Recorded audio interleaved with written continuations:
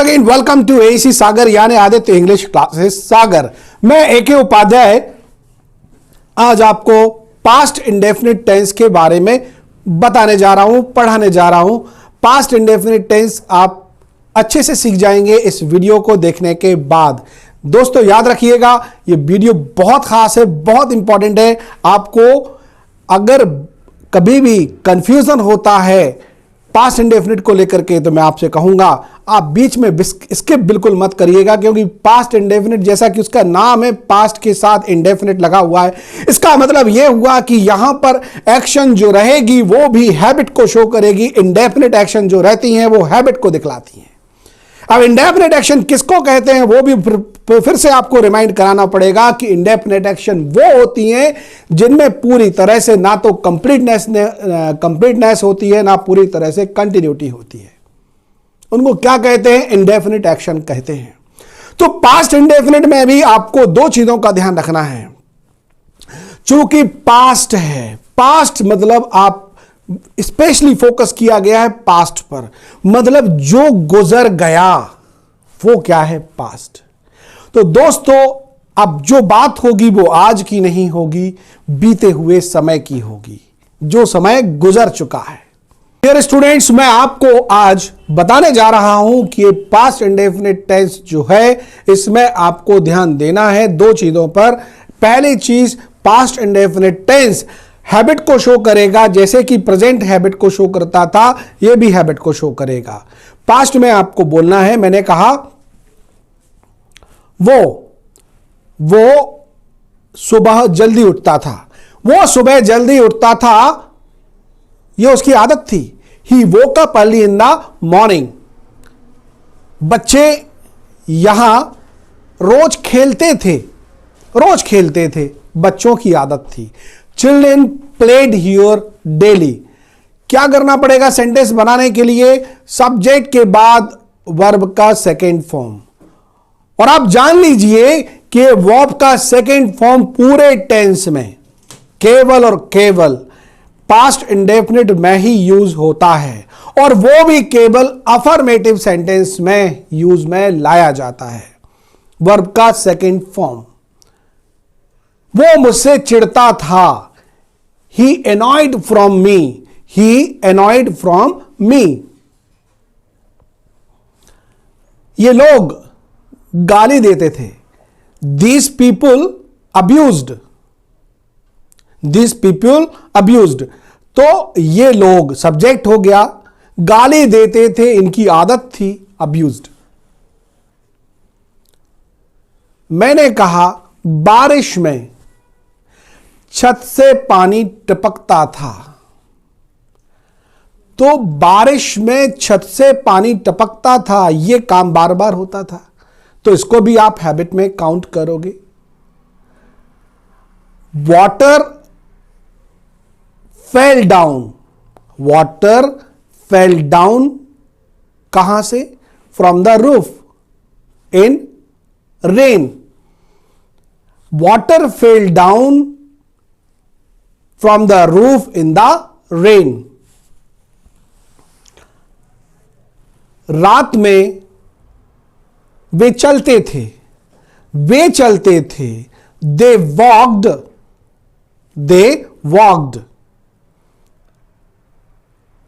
in the night. रात में वे चलते थे।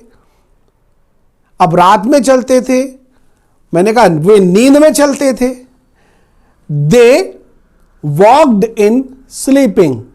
वे नींद में चलते थे। They walked in doze.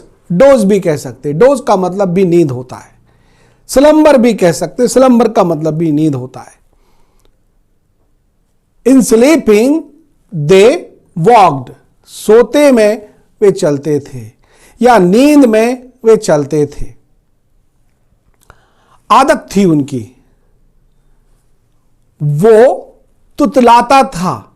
वह तुतलाता था। तुतलाने को टैटर कहते हैं। ही टैटर्ड। वह हकलाती थी।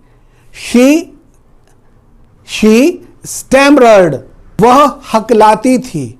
She stammered. वो तुतलाती थी। इसके अलावा नेगेटिव सेंटेंस बनाने के लिए क्या करना पड़ेगा? डिड नॉट का यूज करेंगे, सब्जेक्ट के बाद डिड नॉट लगेगा। डिड डू का सेकेंड फॉर्म होता है। अब डू का सेकेंड फॉर्म डिड आ गया, मतलब डिड आने से बात पास्ट की हो जाएगी। तो फिर मेन वर्ब को आपको फर्स्ट फॉर्म में रखना पड़ेगा, सब्जेक्ट के बाद डिड नॉट और डिड नॉट के बाद मेन वर्ब का फर्स्ट फॉर्म। वो समय पर नहीं आता था, he did not come on time. वो मुझसे सच नहीं बोलता था, he did not speak me truth.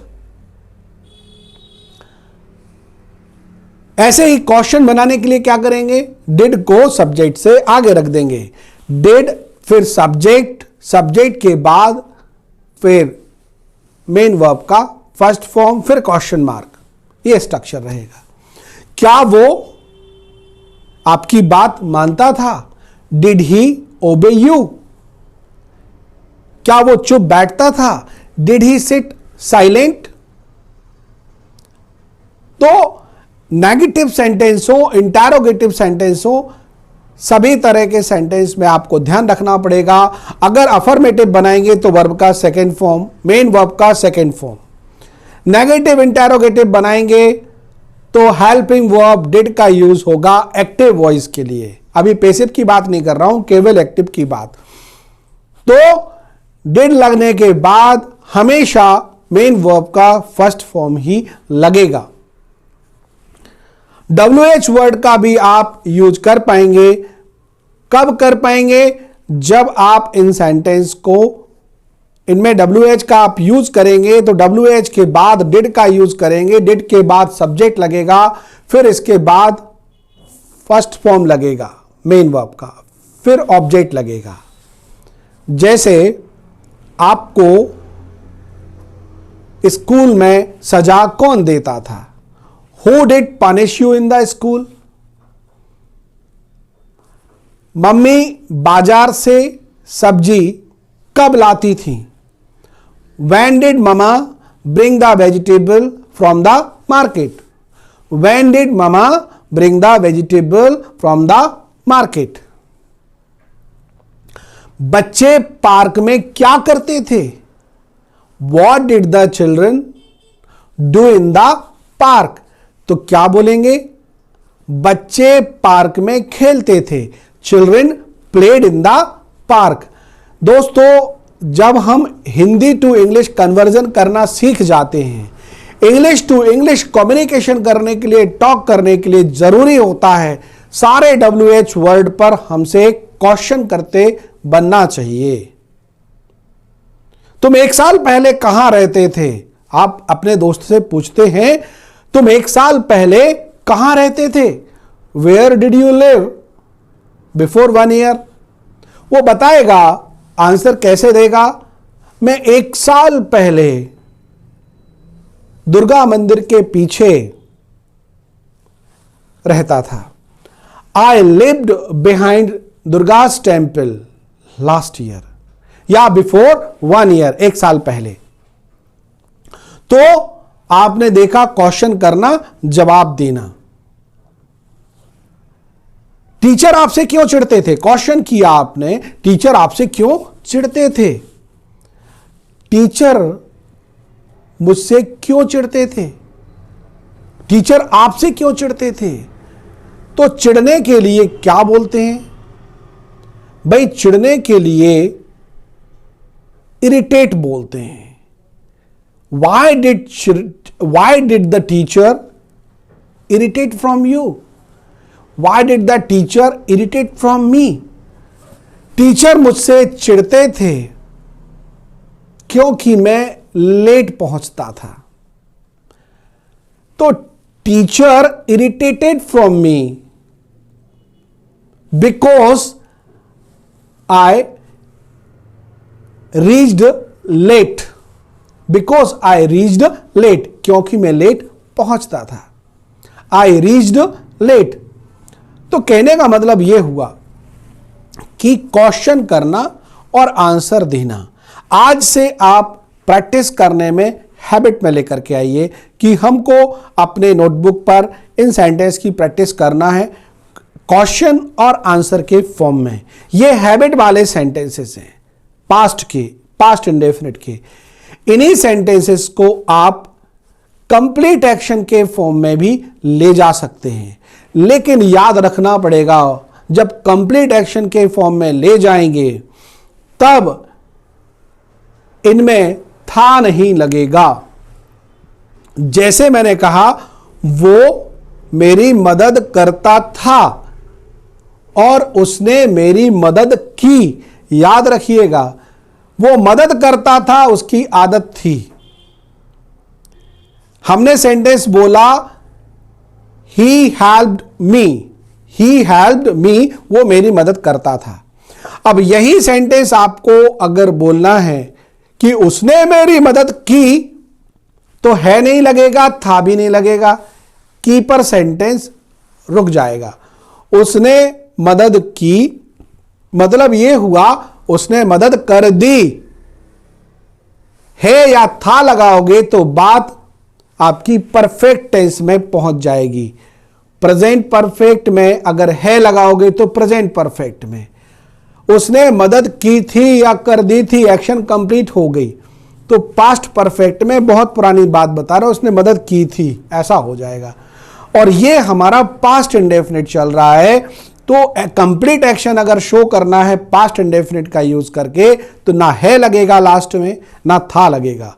यहां पर स्टूडेंट्स को कंफ्यूजन होता है पास्ट इंडेफिनिट, प्रेजेंट परफेक्ट और पास्ट परफेक्ट को लेकर के, जो कंफ्यूजन मैं आपका यहां दूर कर रहा हूं। दोस्तों, पास्ट इंडेफिनिट में ये दो चीजें हैं जो आपको ध्यान देने की है। कौन सी दो चीजें? हैबिट पास्ट की और कंप्लीट एक्शन। मम्मी ने 5 बजे चाय बनाई, mama made tea eight 5 o'clock। बनाई, याद रखिएगा क्या बोला मैंने, बनाई मतलब चाय बन गई, चाय मम्मा ने बना दी। बना दी या बनाई, ना है लगा ना था लगा, तो फिर क्या बोलेंगे, mama made tea eight 5 o'clock। मैं 5 बजे यहां आया, आई केम हियर एट 5 o'clock। उसने नौकरी छोड़ दी, मतलब यह काम हो गया।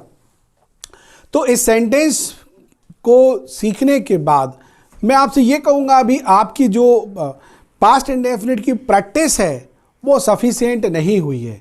क्योंकि मुझे एक बात का और भी ध्यान रखना है, किसी भी हमारे वीडियो में इतना लंबा समय नहीं होना चाहिए कि आप बोर हो जाएं, और आपके पास कम समय, चूंकि ये क्लास जो है ये आपकी YouTube वीडियो क्लास है, लाइव क्लास की बात अलग होती है, तो मैं वीडियो को लंबा भी नहीं करना चाहता, बहुत लंबा नहीं खींचना चाहता। प्रैक्टिस लेकिन आपके लिए ज़रूरी है, तो आप क्या करिएगा, इसके बाद वाला हमारा पास्ट इंडेफिनिट का सेकंड सेगमेंट ज़रूर देखिएगा। उसमें मैं आपको 2 वर्ब का यूज़ बताऊंगा, जैसा कि मैंने आपको प्रेजेंट इंडेफिनिट के 4 वीडियोज़ बनाए, पास्ट इंडेफिनिट के भी मैं 2 या 3 वीडियो तो ज़रूर आपको दे रहा हूं। तो कहने का मतलब आपसे ये है कि अगर आप चाहते हैं प्रैक्टिस आपकी और अच्छे से हो जाए तो आप दूसरे पार्ट ज़रूर देखिएगा। पास्ट इंडेफिनिट बहुत ज़रूरी सेगमेंट होता है। इंग्लिश टॉकिंग तो आपके लिए बहुत आसान हो जाएगी पास्ट इंडेफिनिट को सीखने के बाद, क्योंकि कई बार हम अपने दोस्तों से, पहचान वालों से, किसी से भी बात करते हैं, आने जो समय निकल चुका है उसके बारे में, क्यों भैया संडे को आपने क्या किया, तो आप बता दें संडे को मैं यहाँ गया, यहाँ रुका, ये ख़रीदा, फिर मैं घर वापस आया। ऐसे बहुत सारे सेंटेंस आप बताते हो अपने प्रीवियस टाइम के, तो ज़रूरी होता है इस टेंस को सीख लेना। फिर एक्टिव के साथ पैसिव की भी प्रैक्टिस ज़रूरी होती है, जो आने वाले वीडियोस में आपको पास्ट इंडेफिनिट के वीडियोस में आपको मिलेगी। मैं आपसे कहूँगा आप प्लीज़ इस वीडियो के अलावा हमारे जो आने वाले वीडियोस हैं उनको भी रेगुलर देखिएगा, पूरा देखिएगा, और कुछ और भी बातें जो आपसे मुझे शेयर करना है इसी वीडियो के माध्यम से मैं आपसे शेयर करने जा रहा हूँ। वो बातें ये हैं कि दोस्तों कई बार क्या होता है, मेरा काम टीचिंग का होता है, जो टेक्निकल पार्ट होता है, एडिटिंग पार्ट होता है, वो पार्ट मेरा नहीं होता है, हमारी टीम करती है इस वर्क को।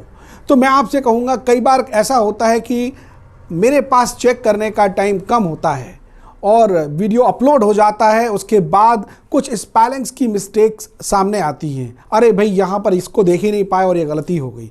तो मैं आपसे कहूँगा, अगर आपको ऐसा कहीं कुछ लगता है तो डोंट वरी, प्लीज़ उस मिस्टेक को आप फाइंड आउट करके मुझसे फ़ोन करके क्लियर भी कर सकते हैं। जो डिस्क्रिप्शन बॉक्स है उसमें हम आपको दूसरे वीडियोस की भी लिंक देते हैं, साथ ही साथ अपना कॉन्टैक्ट नंबर भी देते हैं, और इस स्क्रीन पर भी हमारा ये व्हाट्सएप नंबर है जिसके माध्यम से आप हमसे ऑनलाइन क्लास भी ले सकते हैं, साथ ही साथ आप हमसे किसी भी प्रॉब्लम के लिए डिस्कस कर सकते हैं। आप देश के जिस कोने में भी रहते हैं, दुनिया के जिस कोने में भी रहते हैं, don't worry, talk to me on my given number whenever you feel any kind of problem or you face any kind of confusion. Just talk to me on my given number. I will suggest you what to do. I will try to make your confusion remove from there. Okay, so please be regular with us in our English classes on our YouTube channel AEC Sagar. Thank you so much. All the best.